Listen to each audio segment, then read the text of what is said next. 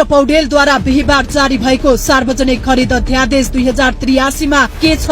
अध्यादेशले वर्षौंदेखिको सेटिङमा भइरहेको कमिसन तन्त्रको पर्खाल भत्काइदिन सक्छ। मिलीभगत अर्थात क्यापिटल क्रोनोजिमका आधारमा देश लुटिने परम्परा ब्रेक हुन्छ के? सरकारले संसदको दैलो भन्दा अध्यादेशको ज्यालैबाट भए पनि कठोर कानूनी व्यवस्था गरेको हो? यदि हो भने भर्खरै जारी भएको सार्वजनिक खरिद अध्यादेश 2083 मा के छन् कठोर नयाँ व्यवस्था? अब हेरौं सार्वजनिक खरिद अध्यादेश 2083 ले बोकेका कमिसन र सेटिङका ठेक्का हत्याउने कुप्रथा विरुद्धको नयाँ व्यवस्था यस्तो छ, यो हेरौं। बुदा नम्बर 1, मिलेमतो र कमिसन खोरहरूलाई सिधै जेल। मिलेमतोमा टेन्डर कर्मचारी ठेकेदार मिलेर सेटिङ गरेमा 5 देखि 10 वर्ष कैद र बिगो बराबर जरिवाना हुनेछ।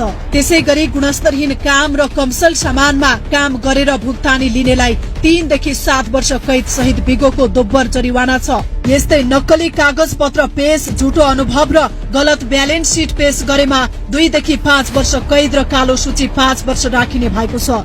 यस्तै समयमा काम नगर्ने अनि बिना कारण अलपत्र पार्ने निर्माण कम्पनीलाई दैनिक 0.05 हर्जना र 1 वर्षसम्म ठेक्का तोडेर कालो सूचीमा राखिनेछ।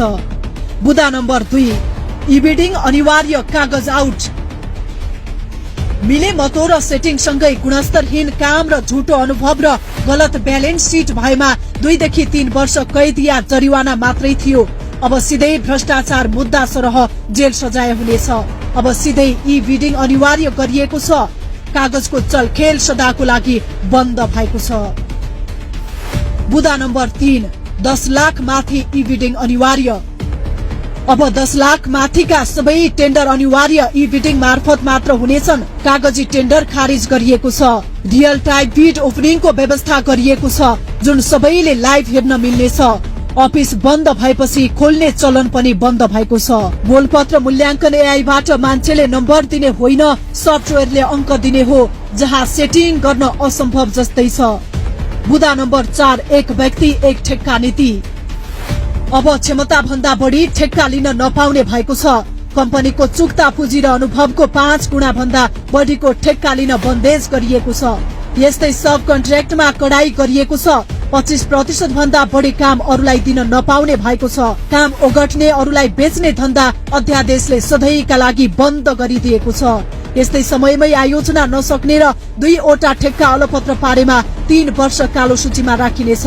देशभर कुनै पनि ठेक्का हाल्न नपाइने भएको छ।